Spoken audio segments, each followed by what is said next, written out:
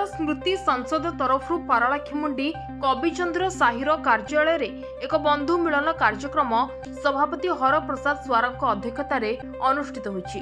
एथिरे मुख्य अतिथि भाव स्थानीय कॉलेज अध्यक्ष मनोज कुमार पट्टनायक और अध्यापिका डॉक्टर भारती पाणिग्राही प्रगति महिला संगठन संपादिका तनुजा सतपथी जोग देथिले। वृंदावन स्वारंक जीवनी एवं कविता पुस्तक विषय रे आलोचना करा जायथिला। आगामी दिन में केमिति एही कविता एवं तांको जीवनी को नहीं प्रत्येक स्कूल कॉलेज रे क्विज प्रतियोगिता हेबो से विषय रे आलोचना करा जायथिला। वृंदावन स्वारंक आगामी जन्मतिथि रे एक स्मरणिका पत्रिका उन्मोचन करबा पई निष्पत्ति नियागला। कार्यक्रम को परिचालन रे सहयोग करथिले विजय कुमार पंडा, बसंत कुमार पंडा, सुरेश कुमार पंडा एवं सभा शेष में उपस्थित समस्त को धन्यवाद ज्ञापन करथिले संपादक सिद्धार्थ शंकर पाठी।